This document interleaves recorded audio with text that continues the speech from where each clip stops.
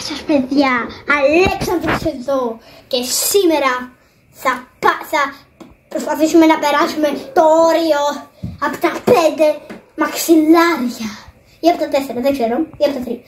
Τα 3 τα περνάμε νομίζω. Πάμε να αρχίσουμε. 0 μαξιλάρια.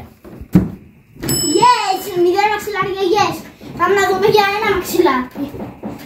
Εθέτρικο, όχι, δεν θα σταματήσει ποτέ. Αλλά δεν πειράζει. Πάμε διπλό μαξιλάρι. Πάμε παιδιά, let's go. Τριπλό μαξιλάρι.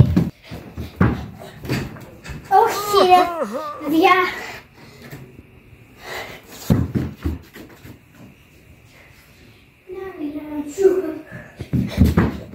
Ναι, let's go.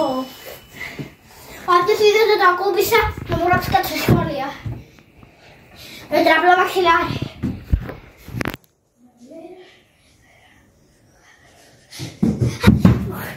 Όχι, ρε παιδιά, είναι νέος. Μοντάστε παιδιά. Ψιλομα...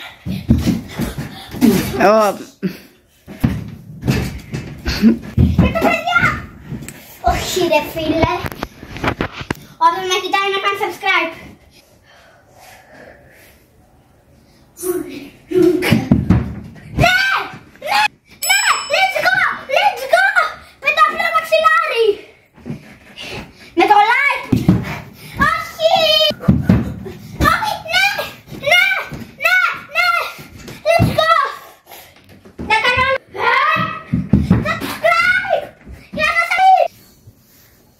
Τα λέμε στο επόμενο βίντεο, like, subscribe, στο επόμενο βίντεο.